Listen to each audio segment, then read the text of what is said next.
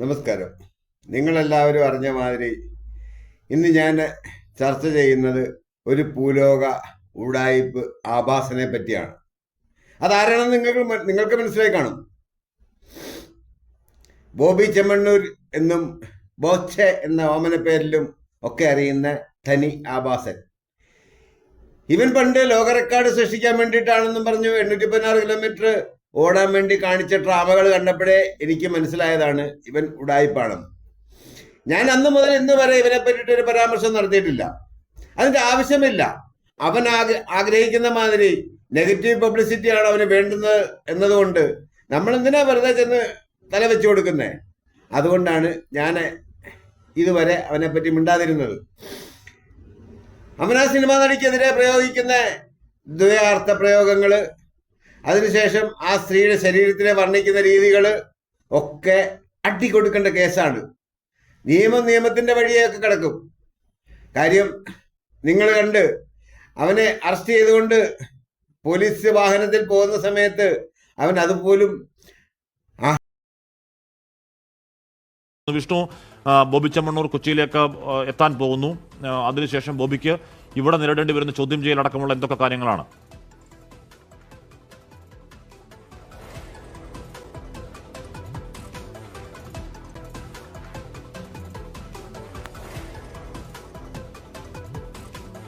ബോബി ചെമ്മണ്ണൂരിനെ വയനാട് നിന്നാണ് പോലീസ് കസ്റ്റഡിയിൽ.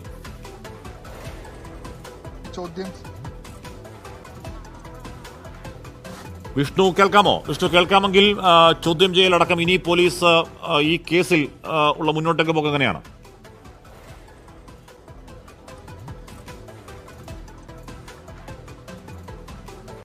ആഹ്ലാദത്തോടെ സ്വീകരിക്കുകയാണ്. അതായത് കാണുന്ന ആൾക്കാർക്ക് അഭിവാദ്യം ചെയ്യുന്നു, വിക്ടറി ചിഹ്നം കൊടുക്കുന്നു. ഇവൻ ആര്? ഇവനൊക്കെ നമ്മളുടെ നിയമത്തിന് കൊടുത്തിരിക്കുന്ന വാല്യൂ അത്രേ ഉള്ളൂ എന്നുള്ളതാണ് ആ പ്രശ്നം.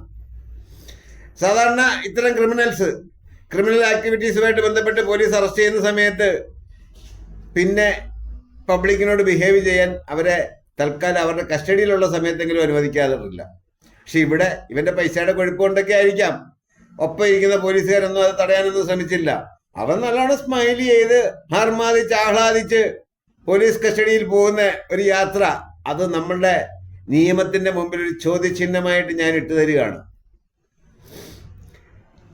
നമ്മളുടെ നിയമവ്യവസ്ഥ എന്തൊക്കെയാണെന്ന് അനുഭവിച്ചിട്ടുള്ളവർക്കൊക്കെ കൃത്യമായിട്ട് അറിയാം.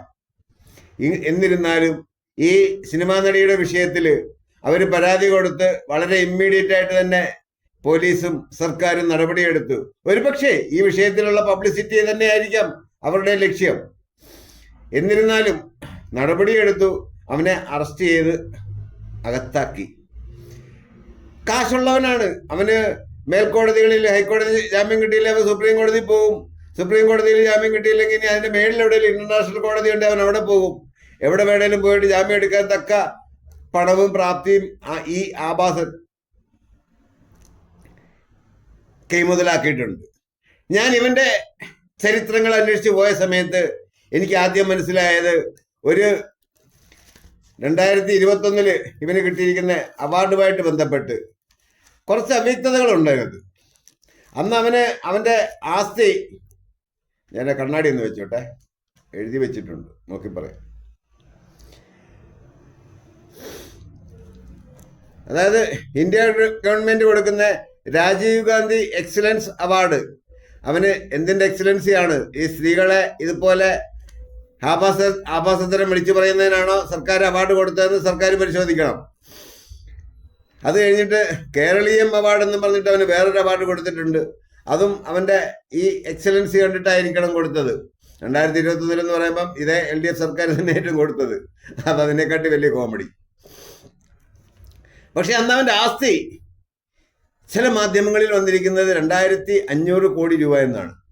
എനിക്കത് അങ്ങോട്ട് കത്തിയില്ല.